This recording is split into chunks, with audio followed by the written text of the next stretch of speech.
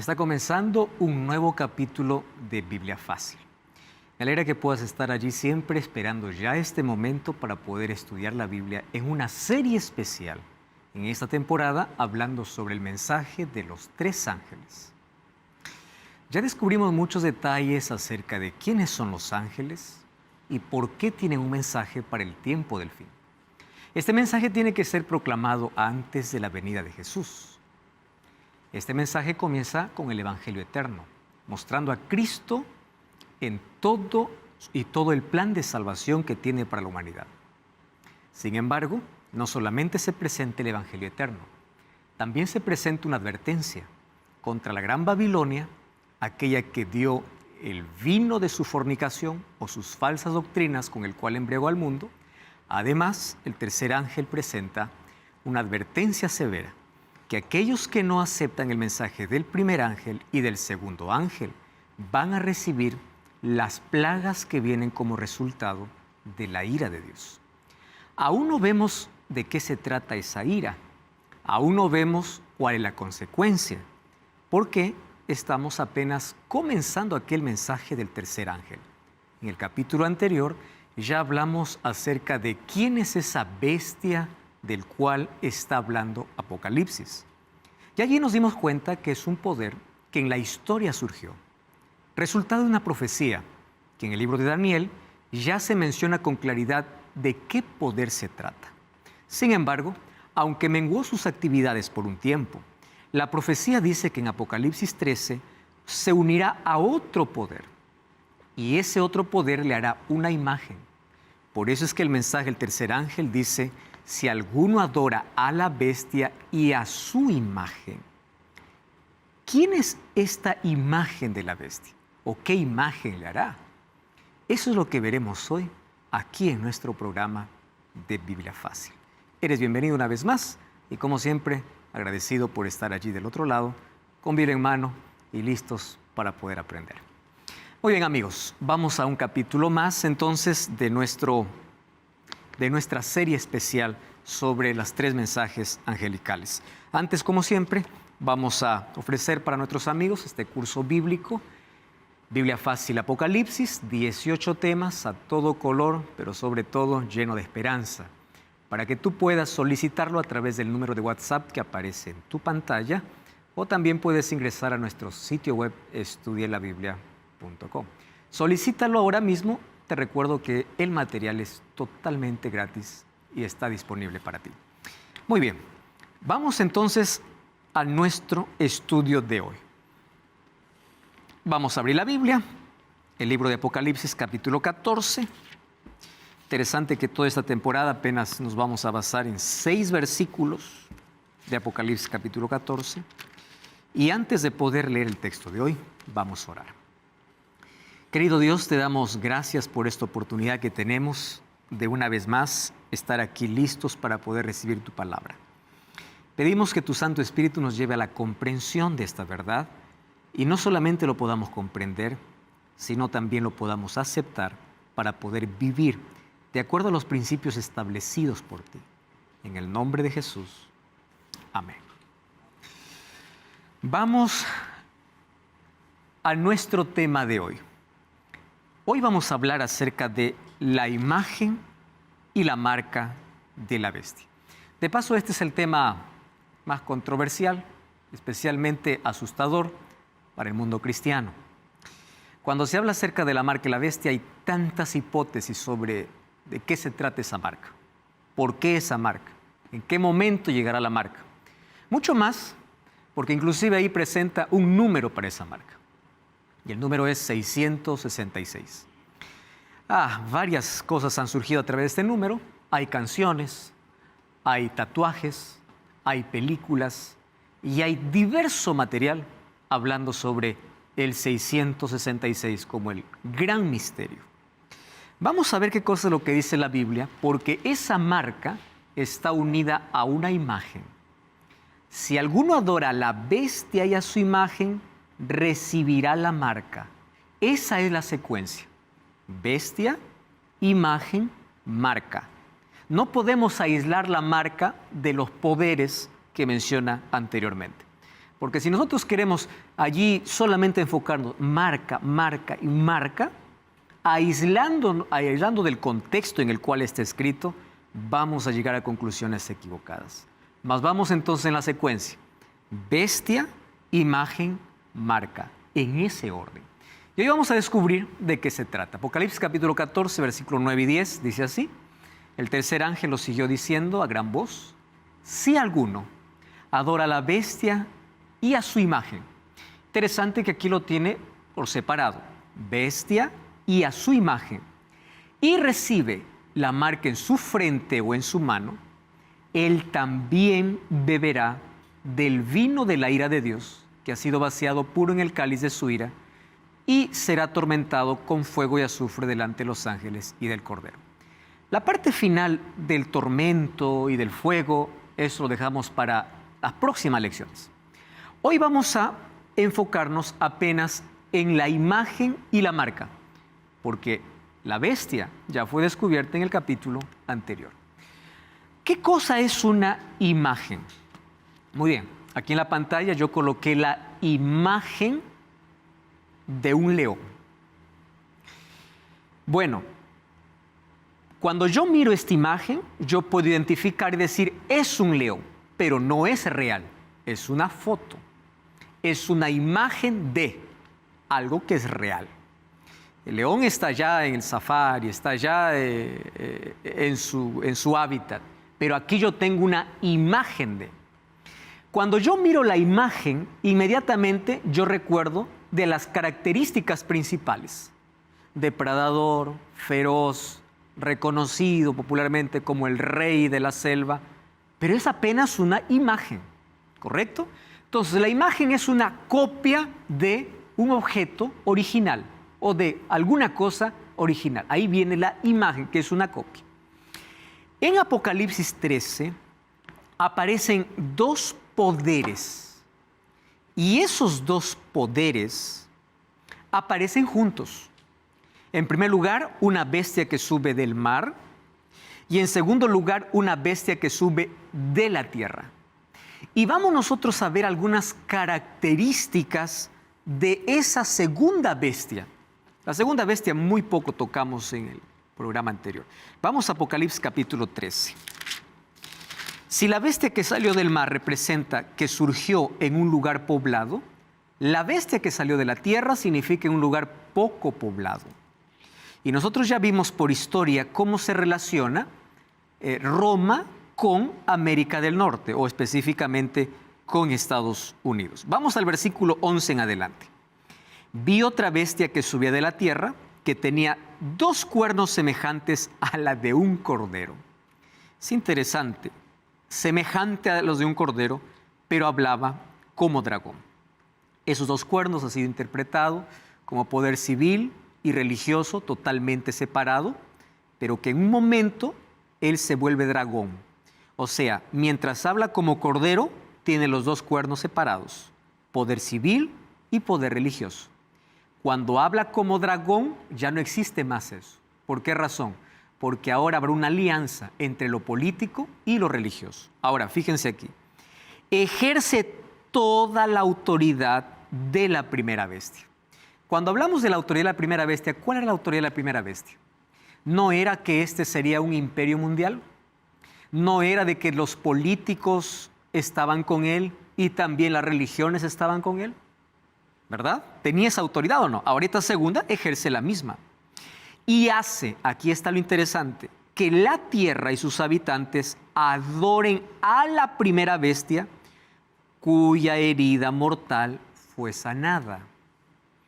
Yo ya les conté en los programas anteriores que en el año 1798,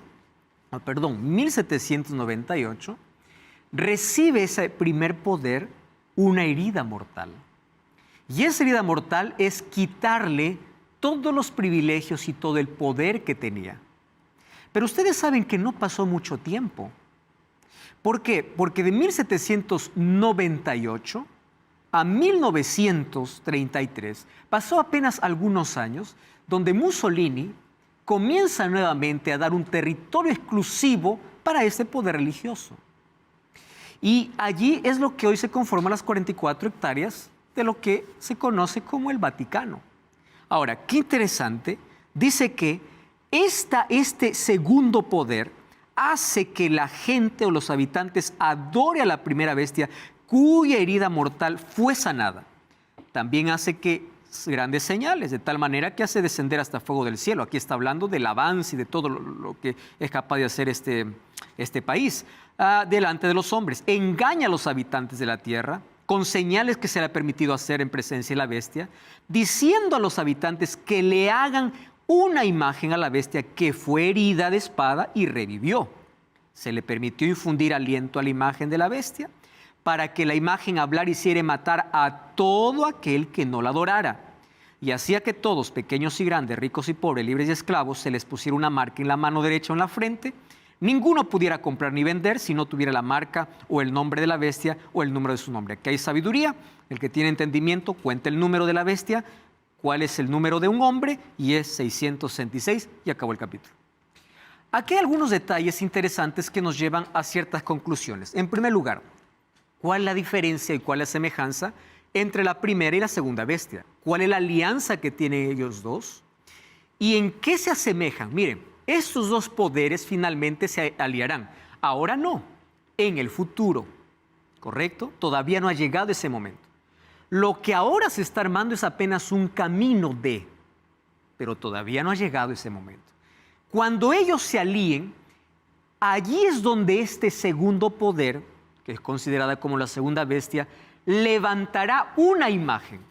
¿Qué imagen? Ahora vemos. Primero vamos a ver en qué se asemeja. El primer poder es una institución humana. El segundo también lo es. El primer poder es religioso. El segundo poder es el centro religioso. Ahí es donde está la sede de casi todas las religiones del mundo. El primer poder es político y tiene influencia global. Eso ya vimos en el capítulo anterior. Ahora, el segundo poder también lo es. ¿Ustedes escucharon ya aquella expresión? Estados Unidos estornuda y todo el mundo tiene gripe. El primer poder es intolerante. El segundo poder será, todavía no lo es, será en el futuro intolerante. Es decir, el país de libertad donde se defienden los derechos humanos, donde se defienden las leyes, un día se tornará intolerante. Vamos a analizarlo eso en base a un acontecimiento ya pasado.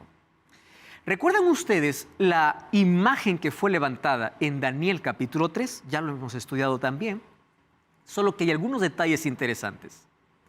Para que esta imagen sea levantada, Nabucodonosor tuvo que jugárselas para poder unir dos cosas.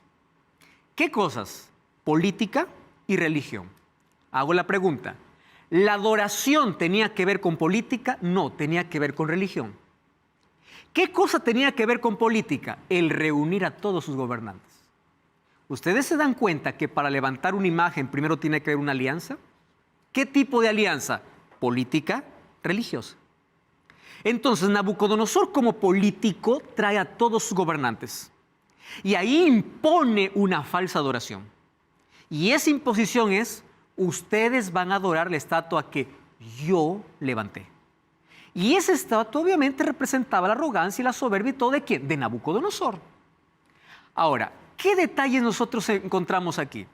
Cuando se levanta esta imagen se levanta para poder demostrar al mundo que en medio de una Babilonia habían tres que no se doblegaban.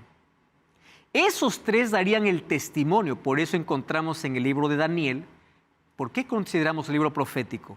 Porque incluso las historias de Daniel, algunas de ellas se repiten no con exactitud, pero nos dan idea de lo que acontecerá en el futuro. ¿Qué cosa sucedió? Para levantar aquella imagen, lo que hizo Nabucodonosor es que todos puedan adorar una estatua. 3 judíos, 3 hebreos no se doblegaron. ¿Por qué razón? Porque eso iba en contra de sus principios de adoración. Y esos principios de adoración, ¿dónde estaban basados? En la ley de Dios. ¿Cuál era el segundo mandamiento? No te harás imagen y no te inclinarás a ninguna imagen. Nabucodonosor dice, tienen que ustedes postrarse ante mi imagen. Ellos dicen, no, no lo haremos. Si ustedes no lo hacen, serán echados a un horno de fuego. No pierdas tu tiempo. Aunque nos amenaces, nos mantendremos de pie. La misma historia se repite con la imagen ahora en Apocalipsis. Se levanta una imagen, ¿con qué intención? De poder hacer que la humanidad se rebele contra Dios. ¿Ustedes se acuerdan del origen de Babel? ¿Qué significa? Rebeldía, ir en contra de Dios, ir en contra de la voluntad de Dios y hacer de que todo el mundo vaya en contra de lo que Dios dijo. ¿De qué manera hoy el mundo va en contra de lo que Dios dice? En contra de principios. Y hoy quiero mostrarles que la ley de Dios no se trata de un conjunto de prohibiciones, sino un conjunto de principios. Y hay una cosa que nosotros entendimos. Los principios son atemporales, son aculturales. ¿Por qué? Porque el principio es principio, no depende de cultura ni de tiempo. ¿Correcto? Las normas cambian, los principios no. ¿Qué cosa es la ley de Dios? Principios. Entonces, los tres amigos de Daniel, como entendían que la ley de Dios son principios, ellos no solamente no se postraban delante de ellos en Jerusalén, sino en Babilonia también no lo harían. ¿Por qué? Porque los principios son para todas las culturas, para todos los tiempos. La ley de Dios no se basaba de requisitos para un pueblo, sino de principios. ¿Cuál era el problema aquí en esta estatua levantada? El segundo mandamiento. Ahora vamos a ver que la imagen que se levanta en Apocalipsis tiene que ver igual con un ataque a un mandamiento. Ahora lo vamos a revisar. Muy bien, contra la ley de Dios. Vamos a las semejanzas. Daniel 3 y Apocalipsis 3. Miren, ve. Quien levanta la imagen es un soberano poderoso, tanto en Daniel, tanto en Apocalipsis.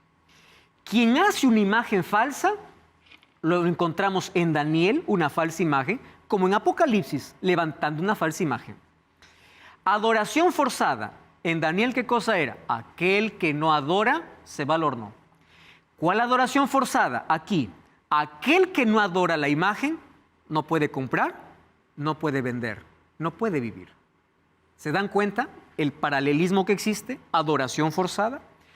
Otra cosa, para que exista esa imagen tiene que haber una unión de iglesia-estado, poder político y religioso. Y finalmente, pena de muerte para aquellos que no obedecen. Religión y política juntas. Por eso es que todavía esto no se ha cumplido, pero se cumplirá y el camino se está trazando ahora. ¿Cuáles son otras semejanzas? Tres cosas: decreto universal, demanda de adoración y obediencia a una orden humana. Así como en Babilonia hubo un decreto universal, de aquí a poco habrá otro decreto que envuelve a todo el mundo. Así como en Babilonia se obligó una adoración, de aquí a poco habrá otra demanda de adoración. Y así como en Babilonia se forzaba que puedan obedecer la voz de un rey, de aquí a poco, ¿qué cosa sucederá? Se intentará forzar la conciencia de los seres humanos para que adoren a la bestia, que es un poder. Muy bien. Entonces, vamos aquí al punto donde más vamos a dedicar un poquito de tiempo. Entonces ya vimos que este segundo poder es el que va a levantar la imagen, ¿correcto? Para la primera bestia, para el primer poder. Ahora, ¿en qué consiste la marca de la bestia? Cuando hablamos acerca de la marca de la bestia, nuestro primer pensamiento es, nuestra imaginación, que es fecunda, es imaginar que alguien va a venir marcando, ¿verdad? Alguien va a venir y escuché a muchos decir, bueno, cuando venga la marca de la bestia, yo no voy a estar, voy a cerrar la puerta, yo no me voy a dejar, como si este fuera un asunto visible, ¿no? Hay mucha gente que piensa que toda la humanidad va a andar aquí con 666 y otros aquí con el sello de Dios, y eso no es así. ¿Por qué razón? En Apocalipsis, por ser un libro simbólico, la marca y el sello de Dios son asuntos simbólicos que representan no un asunto literal. Nadie andará con el 666 en la frente o en la mano. No. En base a esa interpretación literal han surgido muchas especulaciones. Por ejemplo, ¿cuáles son las especulaciones más populares? Cuidado que hay un microchip y en el microchip, si te inyectan, está la marca de la bestia. ¿De dónde viene esa idea? Del pensamiento de que la marca va a ser un asunto literal, cuando no lo es. Y tanta gente alarmada, ¿no? Escuchó del microchip, otra escuchó del 5G, otros por ahí escuchó del código de barras y tanta cosa. Ahora, por ejemplo, para la vacuna, ¿no? Contra COVID, tanta gente alarmada y preguntando, ¿será esta la marca de la bestia? ¿Más por qué? El asunto no será literal. Nadie vendrá a inyectarte una marca. Nadie te colocará un chip para decir, aquí está la marca, porque no es un asunto literal. ¿Mas qué significa? Y la pregunta más importante, ¿por qué en la frente y por qué en la mano? Que también esto representa, porque todo es simbólico. ¿Qué representa? Eso es lo que ahora mismo vamos a ver. Primero, ¿por qué no es literal? Número uno. Y número dos, ¿por qué en la frente y por qué en la mano? Para poder entender este asunto de frente y mano, tenemos que ir al Antiguo Testamento. Ustedes sabían que de los más de 404 versículos que tiene el libro de Apocalipsis, 200 de ellos son tomados del Antiguo Testamento. O sea, la mitad del libro de Apocalipsis, ¿a dónde hace referencia? Al Antiguo. Y una de las cosas que me encanta ver es que la Biblia en los dos testamentos no tiene contradicción, sino tiene continuación. Y ahí hay una enorme diferencia, ¿no? Algunos piensan que el nuevo contradice al antiguo. No contradice, el nuevo continúa. ¿Correcto? Ahora, ¿por qué frente y por qué mano? Vamos al texto bíblico, vamos al Antiguo Testamento, Deuteronomio capítulo 6. Una de las cosas también sorprendentes que encontramos dentro del plan diabólico es que Satanás no es nada original. Satanás copia y falsifica todo lo que Dios hace. Él es un falsificador. Cuando hablamos de Dios, hablamos de que existen tres: Padre, Hijo y Espíritu Santo. Ustedes saben que en Apocalipsis Satanás también tiene una trinidad. Cuando hablamos de un día de reposo, encontramos el sábado. Entonces en Satanás también levantó otro falso día de adoración. Él no coloca nada nuevo, él falsifica. ¿Correcto? Ahora, vamos a ver por qué la frente y por qué la mano. Deuteronomio capítulo 6, versículo 8. Deuteronomio capítulo 6, versículo 8. Dice así. Vamos a comenzar del 1, ¿les parece? Estos son los mandamientos, estatutos y decretos que Jehová vuestro Dios mandó que os enseñara, para que los pongáis por obra en la tierra que vais a pasar para tomarla en posesión. Muy bien. ¿De qué mandamiento se trata? Vamos al versículo 8. Antes del versículo 8 dice que la orden es para los padres que puedan enseñar a sus hijos estando en casa, en el camino, al acostarse y al levantarse. Miren qué dice el versículo 8. Las atarás como señal, ¿dónde dice? En tu mano. Y estarán como frontales en tus ojos. ¿Ustedes están entendiendo lo que está diciendo aquí el texto bíblico? ¿De quién era la orden de colocar su ley en la frente y en la mano? De Dios. ¿Para quién? Para su pueblo. ¿Por qué frente? ¿Saben qué significa frente? Decisión, conocimiento.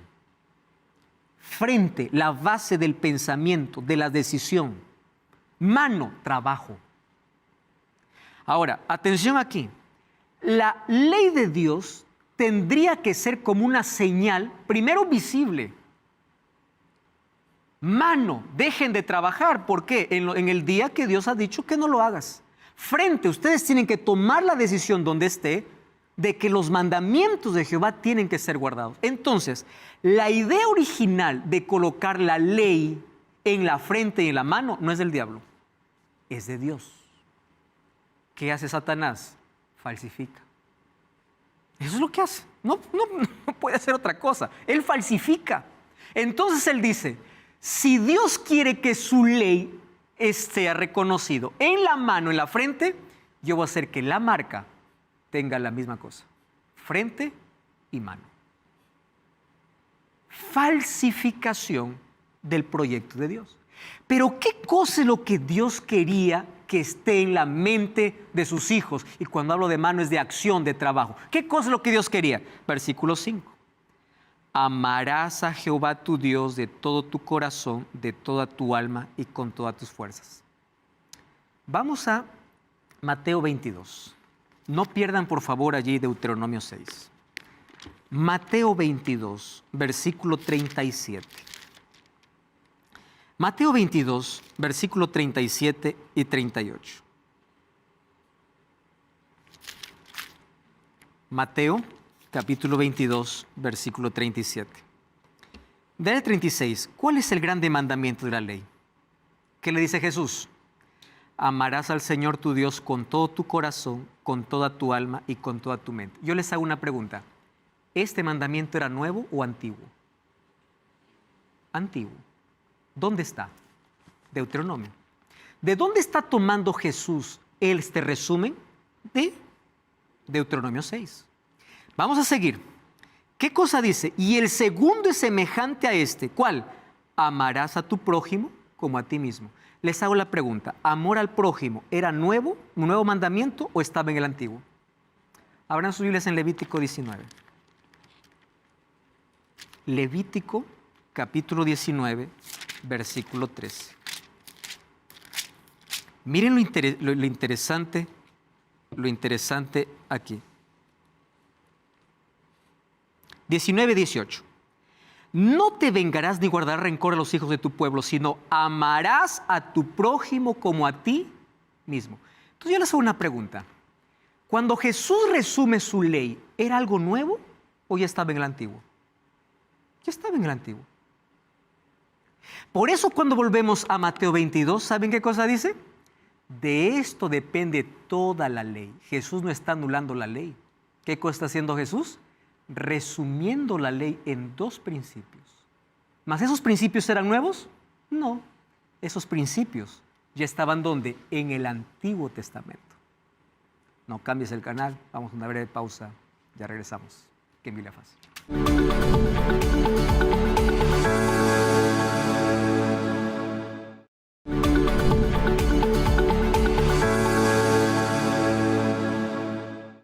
Aquí de regreso en Biblia Fácil. Una vez más, quiero ofrecerte este material importantísimo. Biblia Fácil Apocalipsis. Solicítalo a través del WhatsApp que está apareciendo en tu pantalla o también puedes ingresar a estudielabiblia.com. Vas a encontrar un material extraordinario aquí para poder comprender el mensaje que Dios tiene en el último libro de la Biblia. Vamos a continuar con nuestro estudio. Tengan en mente la imagen que fue levantada ¿dónde? En Babilonia. ¿Transgresión ante qué? La ley de Dios. No se olviden de eso, ¿correcto? Porque ahora vamos al tiempo del fin. ¿Qué sucederá? Se levanta de nuevo una imagen. ¿Tiene que ver con qué? Con adoración. Ahora vamos a ver algunos detalles. ¿Por qué la marca aparece en la frente y en la mano? Porque primero era el ideal de Dios. Satanás, ¿qué cosa hace? La falsifica. ¿Qué cosa es lo que Dios quería colocar en la frente, en la mente y en la mano, las acciones sobre su pueblo? Su ley. Entonces, presten atención, el sello de Dios tiene que ver con su ley y la marca de la bestia con aquello opuesto a la ley. Vamos a verlo de esta manera. La marca en la frente significa la ley de Dios en la mente y la conducta de la gente, acciones, mano. La exigencia de la bestia de tener la marca en la mano en la frente representa un antítesis de los mandamientos de Dios. O sea, el cambio de obediencia a la bestia en lugar de obedecer a Dios. La crisis final, ¿en qué está centrado? En adoración. En la crisis final, los mandamientos de Dios surgirán como norma de lealtad, no de salvación. ¿Se entiende la diferencia? ¿Por qué tanto énfasis en Apocalipsis que el pueblo de Dios guarda los mandamientos de Dios? ¿Acaso los mandamientos salvan? No salvan. Quien salva es Cristo. ¿Mas por qué? Porque la crisis final está centrada en la adoración, en obedecer a Dios o someterse a ese poder. Por eso es que el pueblo de Dios en el tiempo del fin tiene esa característica. ¿Por qué razón? Porque los mandamientos de Dios surgen como norma de lealtad, no de salvación. Veamos lo siguiente. ¿Qué cosa es la marca? Aquello que se opone a la voluntad de Dios. ¿Por qué razón? Porque la voluntad de Dios, ¿cuál es la voluntad de Dios? Que reflejemos su carácter, ¿o no es así? ¿Cuál es su carácter? Amor. ¿Y qué es amor? No es un concepto. Amor tiene que ver con vida. Amor tiene que ver con principios. Y ya vimos que temer a Dios es obedecer. Dar gloria a Dios es tener su carácter. Vamos a Romanos capítulo 7, versículo 12. Romanos capítulo 7, versículo 12. Dice así: de manera que la ley, está hablando el apóstol Pablo, a la verdad es santa, justa y buena. Y el mandamiento es santo, justo y bueno. Déjenme hacerles una pregunta. ¿Quién es santo? Dios. ¿Quién es justo? Dios. ¿Quién es bueno? ¿Qué le dijo Jesús al joven rico? Bueno, solo es uno, le dijo, Dios. ¿Y por qué aquí dice Pablo que es la ley? Porque la ley es el reflejo del carácter de Dios. La ley no es un conjunto de prohibiciones, sino es un conjunto de principios que revela el carácter de Dios. Miren, en la Biblia encontramos varios sellos. La circuncisión es un sello de pertenencia al pueblo. ¿Recuerdan cuando Dios liberó al pueblo de Israel de Egipto? Pongan la sangre en las puertas. El ángel cuando pasó y vio la sangre no los tocó, porque el sello que significaba aquí, protección. En la Biblia encontramos el sábado como sello de Dios y el Espíritu Santo. En el libro de Efesios capítulo 4, versículo 30 dice: no contristéis al Espíritu Santo por el cual fuisteis sellados. El Espíritu es el sello de Dios. El sábado es el sello de Dios. ¿Qué cosa más encontramos? La sangre del Cordero es el sello de Dios. Pero el sello de Apocalipsis tiene que ver con fidelidad. ¿Por qué? Para entender esto necesitamos entender tres conceptos. ¿Qué significa un sello? Un sello tiene por lo menos tres cosas importantes. Número uno, es señal de autoridad y autenticidad. Por eso es que los documentos antiguos, ¿qué cosa llevaban? Sello, para ver si es auténtico y para ver de parte de quién viene. El sello es lo importante. El sello es señal de propiedad. En todas las cerámicas que hacían se colocaba el sello, porque el sello era señal de yo lo hice, propiedad. ¿Recuerdan ustedes de la creación? ¿Qué cosa venía a ser el sábado? Apenas el sello. ¿Correcto? Ahora, la señal de protección. Cuando se colocó la piedra en la tumba de Jesús, ¿qué cosa le dijeron a Pilato? Danos tu sello. Aquí, ¿qué cosa representa? Proteger, para que nadie pueda entrar. ¿Qué representa el sello de Dios en el tiempo del fin? Protección. ¿De qué? Porque dice que aquellos que no recibieron el sello, recibirán la ira de Dios. Quiere decir que aquellos que tienen el sello no recibirán la ira ni las plagas. ¿Qué cosa es el sello entonces? ¿Para qué sirve? Para proteger. ¿Y dónde está el sello? El sello tiene que ver con ¿qué? Con carácter. ¿Saben por qué hay muchas personas que obviamente hacen ver que la ley de Dios es un conjunto judío? Vamos al libro de Éxodo capítulo 20. ¿Está bien? Éxodo capítulo 20. Yo tengo mucho cariño y es muy especial. Yo tengo varios amigos que no son de la iglesia adventista, son de otras denominaciones. Y en una de nuestras conversas con uno de ellos, que siempre hablaba de que la ley es un asunto que fue clavado en la cruz, yo le dije, yo no quiero hablar de ley, yo quiero hablar de los principios de la ley. ¿Qué te parece si vamos a al libro de Éxodo capítulo 20. Y yo le hice una serie de preguntas a él porque él creía en Dios, era creyente igual que yo. Y yo le dije lo siguiente: yo te voy a mostrar en este momento que tú obedeces a Dios. Te voy a mostrar en este momento que tú incluso obedeces la ley de Dios. Y te lo voy a demostrar. ¿Cómo? Muy bien, ¿tú eres creyente? A ver, lee conmigo. Vamos a imaginar, no, esto no es verdad, vamos a imaginar que la ley solamente fue para el judío. La ley no fue para el cristiano. La ley solamente, dejamos atrás, que en la cruz se acabó la ley. Vamos a imaginar que eso es verdad. Vamos a ver si esto es verdad. Vamos a Éxodo 20. Versículo 1. No tendrás dioses ajenos delante de mí. Te hago una pregunta. ¿No tener dioses es solo para el judío o también para el cristiano? ¿Para quién? ¿No es también para nosotros? Muy bien. Si tú no tienes otro Dios, si solamente Dios a quien crees es el que esté en primer lugar en tu vida, tú estás guardando el primero. Segundo, no te harás imagen ninguna escultura. ¿Tú crees que esto fue para el judío o también para el creyente hoy? ¿Tú crees que es para el judío nada más? ¿O también los creyentes de hoy ya pueden hacer esculturas y adorar? No, eso no. Entonces tú estás guardando el segundo. ¿Me estás entendiendo? Vamos al tercero. No tomarás el nombre de Jehová tu Dios en vano. Te hago una pregunta. ¿Tomar el nombre de Dios en vano es para el judío o es para el creyente? ¿Tú crees que porque la ley ya fue anulada en la cruz hay que tomar el nombre de Dios como nos da la gana? ¿Tú crees que eso fue para el judío? No. Entonces, si tú crees que eso también es para el creyente, ¿sabes qué es eso? Tercer mandamiento. No voy a tocar el cuarto, vamos para el quinto.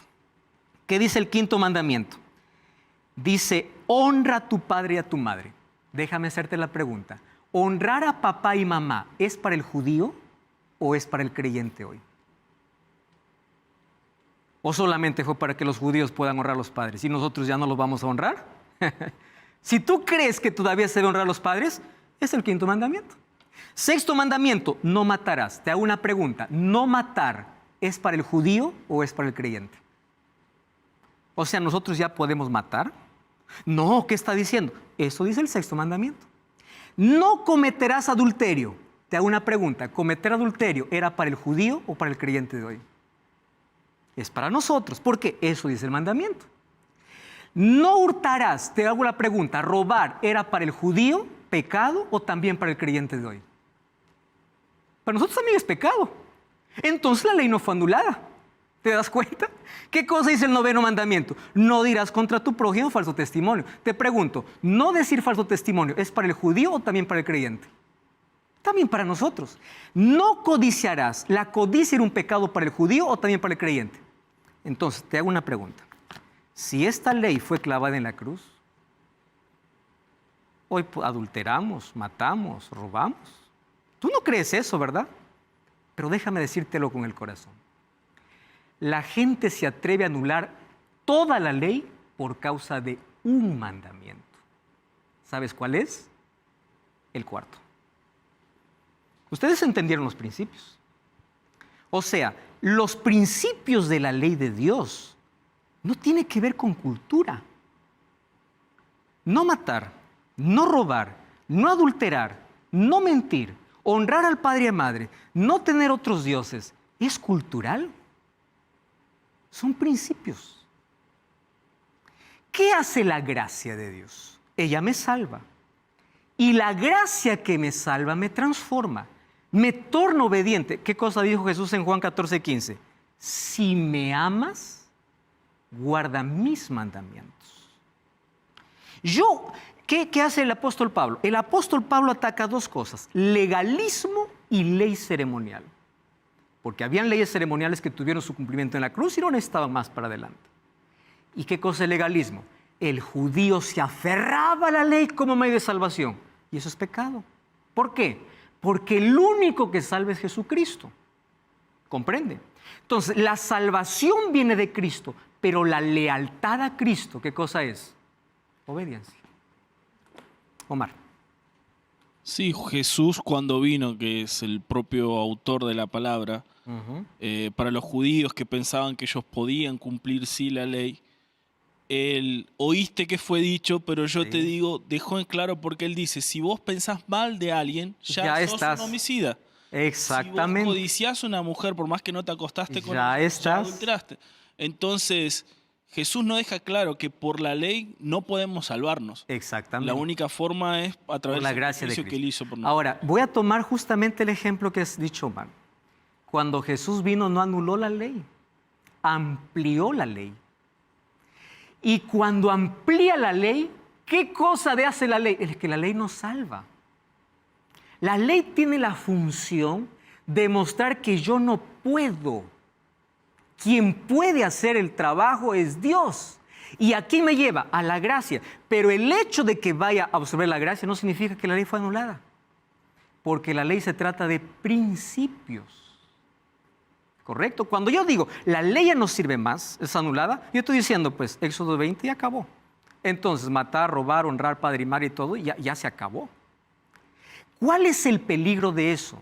Porque cuando yo permito que la gracia de Dios transforme mi vida, ¿saben en qué cosa es lo que yo voy a permitir? Que el Espíritu Santo grave la ley en el corazón. ¿Eso no es lo que dice Hebreos capítulo 8? ¿En qué consiste el nuevo pacto?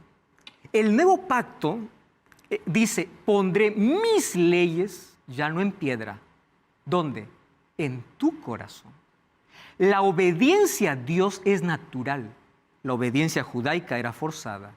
Ellos estaban más preocupados por la ley que despreciaron a Cristo. Y ellos querían alcanzar la salvación por la ley, despreciando a Cristo. ¿Qué cosa, no? Pero ahora sucede lo contrario. Ahora van y dicen, solo Cristo, ya no ley. Miren cómo las cosas se invierten. Cuando en la Biblia encuentro una coherencia de que gracia y ley no son contrarias, porque la ley se trata de principios que me hacen reconocer mi pecaminosidad, que me llevan a la gracia, porque quien me salva es Cristo.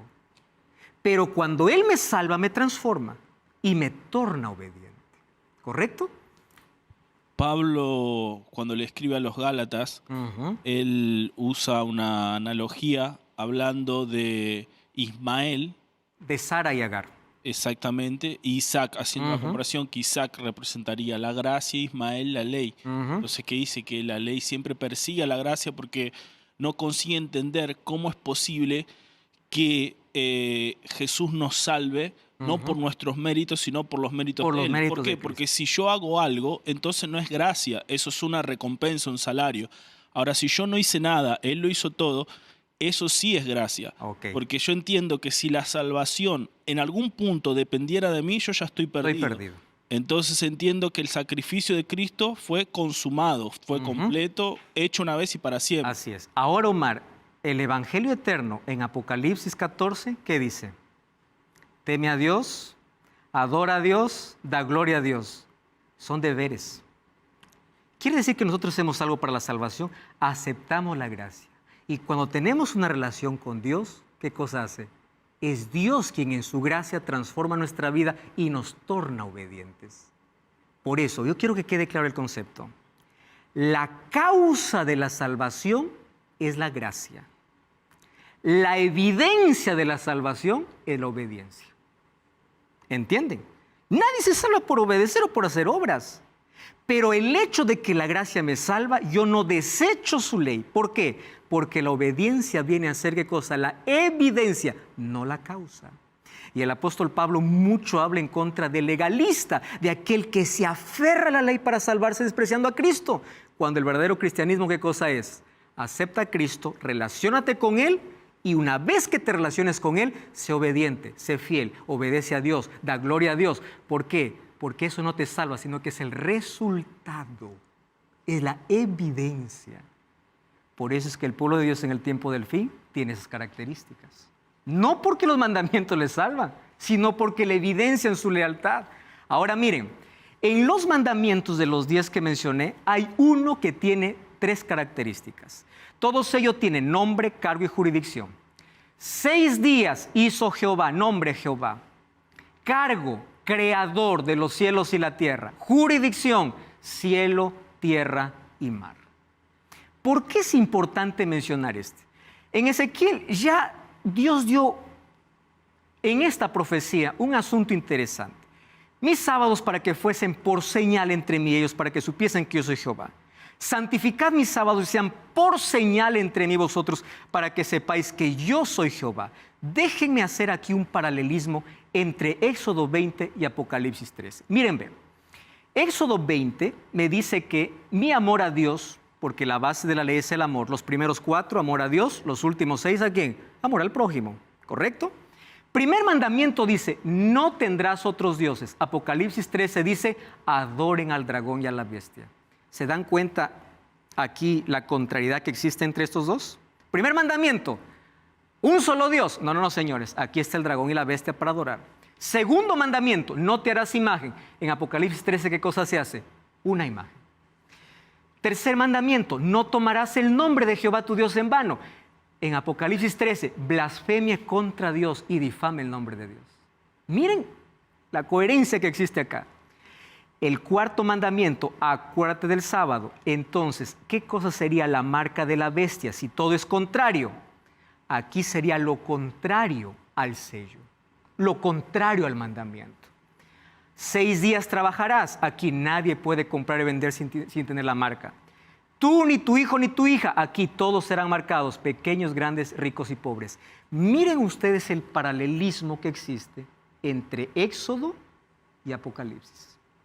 Rompiendo, ¿qué cosa? Toda nuestra adoración, porque los 4 primeros mandamientos representan nuestro amor ¿a quién? A Dios. Entonces, ¿qué cosa es la marca de la bestia? Es aquello que se opone a la ley de Dios, específicamente al 4º mandamiento.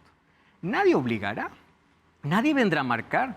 Eso se llegará en un momento cuando hay alianza de estos dos poderes. Primero se trata de un asunto de decisión. Desde ahora hay muchas personas que pierden oportunidades laborales, pierden tantas cosas. ¿Saben por qué? Simplemente por ser fiel a Dios. Pero esto cada vez los cristianos tendrán menos libertades. Los cristianos tendrán menos oportunidades. Hasta que finalmente se imponga una ley. ¿Y saben por qué 666? Este sistema sexagesimal viene de Babilonia. 600 era el número de todos los dioses, 60 el dios mayor y 6 el número menor. ¿Qué cosa está diciendo? Cuando uno acepta la adoración a la bestia y a su marca, ¿saben qué cosa está diciendo? Que está aceptando toda la idolatría. Lo mismo que ocurrió allá en Babilonia.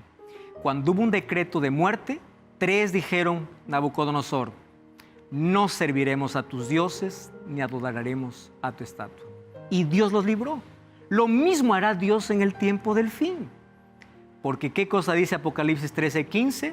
Se le permitió infundir aliento a la imagen de la bestia para que la imagen hablase e hiciese matar a todo aquel que no lo adorase.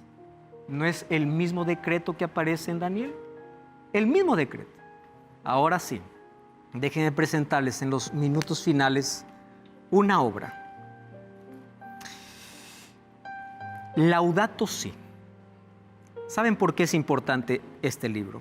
Esto es una encíclica del Papa Francisco. Aquí dice que todos nosotros necesitamos trabajar para el bien común. Esta encíclica hoy está siendo estudiada y dada ¿a quién? A las Naciones Unidas. ¿Saben de qué trata Laudato Si? Dice así: todo el mundo necesita un descanso. Necesitan las fábricas parar de trabajar. ¿Saben por qué? Porque nuestra naturaleza necesita respirar. ¿Respirar en qué sentido? Basta de contaminación. Hablemos de familia. Hablemos del medio ambiente. Hablemos de la casa común que todos tenemos. ¿Cuál es la casa común? El medio ambiente. Y cuando alguien habla del medio ambiente, ¿acaso no es la preocupación mundial? Eso no es. Es. No se habla de religión. ¿De qué se habla? Medio ambiente. Pero ¿saben qué cosa es lo que dice aquí? El día que el mundo debe dejar de trabajar, tiene que ser domingo. Qué curioso, ¿no? Y nosotros ya vimos la base de todo eso en el capítulo anterior. La prueba de la crisis final será adoración, sumisión a la bestia o obediencia a Dios. Amigos, ya hay 3 grupos. Aquellos que aman el Evangelio y se comprometen con el Evangelio, aquellos que rechazan el Evangelio y aquellos que son indiferentes. Un compromiso total con Dios y su palabra es el secreto de la victoria para un pueblo que vive en los días finales de la historia. Y nosotros vivimos en esos días finales. Las cosas que hoy están sucediendo día a día, para nosotros probablemente no nos llama la atención. Mas todo esto lleva un cumplimiento. Muy pronto habrá una alianza entre estos 2 poderes, la bestia del mar y la bestia de la tierra. Muy pronto se levantará de nuevo una imagen, ya no para transgredir el 2.º mandamiento, sino el 4.º mandamiento. ¿Y cuál es el 4.º mandamiento? Acuérdate de tu Creador. No porque el sábado te salva, sino porque a través de ese sello tú recuerdas quién es tu Creador. Y déjame decirte una cosa, la marca es lo opuesto al sello. Si ese sello es el sábado, la marca será el falso día de adoración, que hoy ya es propuesto como domingo. No es, será. ¿Sabes cuándo será? Cuando esto se vuelva una imposición. La pregunta es, ¿estarás de pie o de rodillas delante de esta imagen? Oramos para que Dios nos enseñe a partir de hoy a ser fieles a su palabra y reflejar su carácter en nuestra vida por medio de su gracia, obedeciendo su ley. De Apocalipsis capítulo 13, del capítulo 2, hay promesas para el pueblo de Dios a través de toda la historia. Y una de esas promesas dice así, sé fiel hasta la muerte. ¿Sabes qué cosa es lo único que Dios pide de ti? Que seas fiel. ¿Más fiel a quién? A su palabra, fiel a Él. Van a haber persecuciones, se van a levantar oposición cada vez que quieras ser fiel a Dios. Pero que eso no te atemorice. Sé fiel a Dios. Sé fiel hasta la muerte y yo te daré la corona de vida. La corona de vida es dado para el fiel. Y la fidelidad es apenas nuestra respuesta a la gracia de Dios. Por gracia sois salvos, para buenas obras. Y que esas obras sean la evidencia de Cristo en tu vida. Oramos juntos. Gracias, Señor, por tu palabra. Gracias porque hoy me enseñas a ser fiel, aun cuando poderes se levanten para poder transgredir tus mandamientos. Ayúdanos a permanecer fieles delante de ti. En el nombre de Jesús te pedimos. Amén. Amén.